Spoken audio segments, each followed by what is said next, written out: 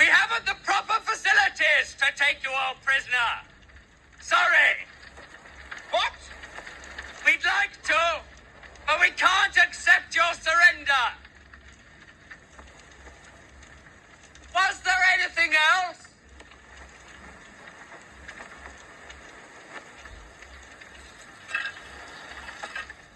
Bonjour les amis, je suis Pascal Tréfingui Colbert, on est à Bahia au Brésil et aujourd'hui on va parler bien des nazis. Vous savez, les nazis, c'était quand même une sale race, ça a une matrice qu'on appelle la Dutch Mutti. Ça vous fait croire que c'est des Européens, mais en réalité, ce sont des Gréco-Italiens, en réalité ce sont des Édomites, ce sont des cousins des Juifs, mais des cousins sataniques. Si les Juifs ont pour mission, comme généralement les Sémites, les autres Sémites, de guider l'humanité, eh bien eux, les Édomites, ils ont pour ordre de la perdre. Ils sont complètement sataniques et satanisés. C'est eux qui, avec les Cananéens, jettent les enfants dans le feu, sont pédophiles, sont complètement dans la confusion mentale, utilisent des drogues et sont de véritables tyrans des colons et des colonisateurs. Voilà. Alors, une question se posait dernièrement pour savoir comment est-ce que la police luxembourgeoise parvient à ce que ses propres employés puissent commettre les pires horreurs, les pires abominations, mentir comme des arracheurs de dents. Vous avez vu dans le cadre du procès du meurtre de Camille Colbert, les mensonges de la police luxembourgeoise. Il ne faut vraiment pas avoir honte pour se comporter comme ils se sont comportés. C'est des gens qui sont complètement dans la confusion mentale. C'est des voleurs. Je rappelle que les choses qui ont été saisies chez moi ont été volées par des policiers grand-ducaux à l'intérieur du palais de justice. Les scellés ont été brisés et les objets ont été volés. Je rappelle aussi la destruction de la maison de Camille pour couvrir les crimes du juge d'instruction, les crimes du commissaire Christian Kiefer et les crimes de la police luxembourgeoise et de la sécurité intérieure. Ce sont aussi de véritables cannibales qui sont dans le darwinisme social. Donc comment se fait-il que ces matrices, ces femmes édomites puissent produire des monstres pareils ?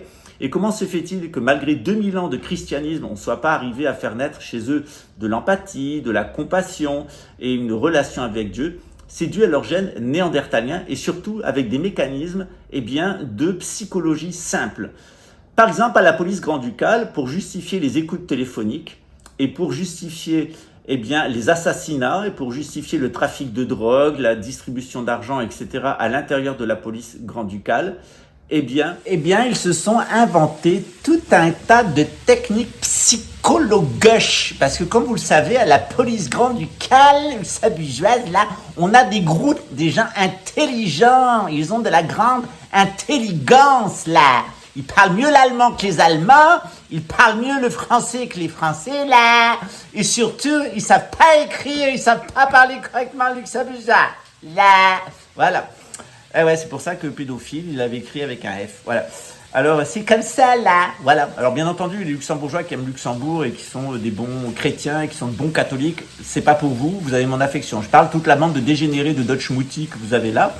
Et on va parler, de comment ça fonctionne dans les services de psychotronique. On a recruté les individus les plus abjects du Grand-Duché, surtout s'ils avaient une mère luxembourgeoise, pour leur faire jouer un espèce de scénario épouvantable et minable qui ressemble beaucoup à l'Allemagne nazie en plus technologique. Voilà, c'est pas la bombe là, c'est l'hypnose là. Alors vous voyez, autrefois, il y avait des haut-parleurs qui passaient dans les rues pour conditionner la population. Alors c'était un peu trop visible, surtout si on vous disait de tuer votre voisin, de le voler ou de mentir à tout le monde. Et donc la police grand-ducale utilise ce qu'on appelle les infrasons. J'ai dans mon livre psychotronique La fin de l'état de droit, je vous ai expliqué comment il y a toute une stratégie qui a été créée aux États-Unis, qui est la stratégie des prisons psychotroniques et de direction psychotronique de la population par la menace, la peur atomique et l'hypnose synthétique. Voilà. On en est maintenant même à créer des êtres synthétiques grâce à la Neuralink et grâce à des nanotechnologies qui feraient changer notre ADN. Je vous rassure, ça ne marche absolument pas. Et tous les gens qui rentreraient dans ce piège du Neuralink et des mutations génétiques, vous allez mourir. Regardez ce qui arrive aux EGM quand ils sont dans la nature. La nature les extermine, donc vous serez exterminés par la nature. Libre à vous de savoir si vous l'êtes dans les 144 000 ou dans les 216 000 crétins là. Donc pour savoir comment ça marche à la police grand-ducale, c'est très simple. Par exemple, si votre téléphone, si vous bouchez pas la caméra, si vous les laissez voir, c'est que vous avez quelque chose à vous reprocher. Et si vous bouchez la caméra, eh bien c'est que vous n'avez rien à vous reprocher, mais la police devrait quand même enquêter là. Donc c'est toujours pareil, pile je gagne, face tu perds. Alors pourquoi est-ce que la police grand-ducale luxembourgeoise a créé ce genre de convention mentale? Tout simplement parce qu'elle est allée recruter principalement chez des fils de femmes luxembourgeois les individus les plus abjects de la société luxembourgeoise. C'est ce que font tous les régimes. Une dictature, quand elle arrive au pouvoir, elle sort des prisons tous les psychopathes et les bons à rien. Je vais vous donner un exemple. Joseph Witowski, l'oncle de Raymond et de Jacques Witowski, eh bien, c'est l'auteur d'un quintuple homicidaire. Il avait 14 ans. Ils ont massacré à la hache et au couteau une famille de 5 paysans dans le Vaucluse. Il est allé en prison. Comme il était mineur d'âge, il n'a pas été guillotiné, ce qui a été le cas du co-auteur, qui n'était pas l'instigateur, c'était le Polonais qui était l'instigateur. Et ensuite, il a été libéré par les Allemands. On le retrouve dans le camp de concentration de Langes-Bülow en Allemagne, devenu Bielawa en Pologne. Et c'est là que Raymond Witowski est né et où a travaillé toute sa famille. D'ailleurs, même les Witowski qui restent là-bas ont travaillé, ont profité du camp de concentration et de l'argent qu'ils y ont volé pour se sécuriser pendant l'époque soviétique. On a un dossier complet sur la famille Witowski. Vous savez que c'est une famille que j'ai pas trop en affection. Voilà, une famille de pédophiles principalement. Voilà. Ça n'empêche pas qu'il y a quelques Witowski qui sont des personnes bien, de grands intellectuels, ce qui prouve bien que l'inversion satanique, elle fonctionne toujours. C'est pas forcément une question de gêne chez les Néandertaliens. Lorsqu'on les sémitise, eh bien leurs capacités intellectuelles sont au service du sémitisme.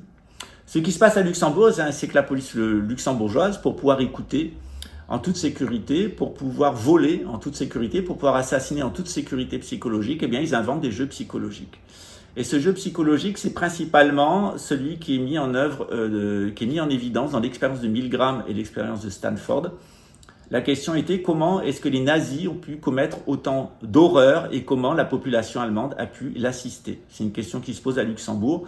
Comment le ministre de la Défense actuel peut commettre autant d'horreurs et comment est-ce qu'il peut être assisté par des policiers luxembourgeois? Mais il n'y a pas que lui, il y a la sécurité intérieure et tout ce qui était avant. Allez, on y va.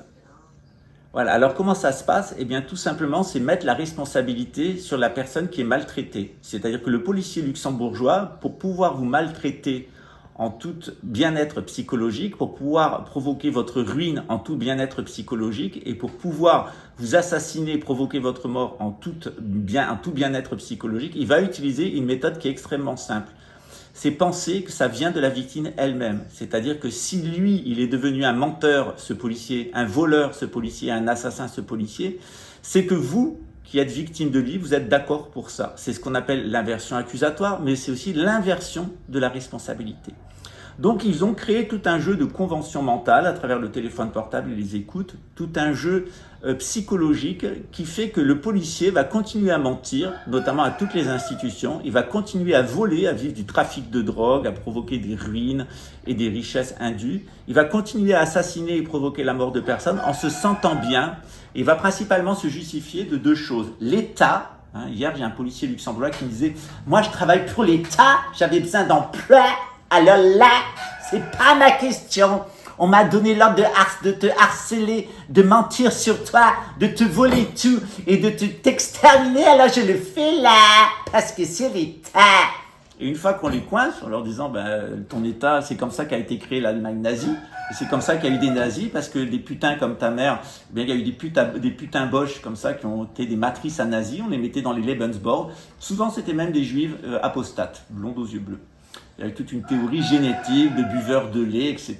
Ne vous posez pas la question si Jair Bolsonaro est allé offrir du lait concentré à Vladimir Poutine et si ces nazis boivent du lait ensemble, c'est parce que c'est une vieille tradition chez eux qui est liée au culte de la vache, tel qu'il est dénoncé dans la sourate 2 du Coran. En tout cas, à Luxembourg, eh bien, quand on ne se cache pas derrière l'État, on dit c'est de la faute des personnes. Si t'as pas bouché ton téléphone, si t'es passé par là, etc.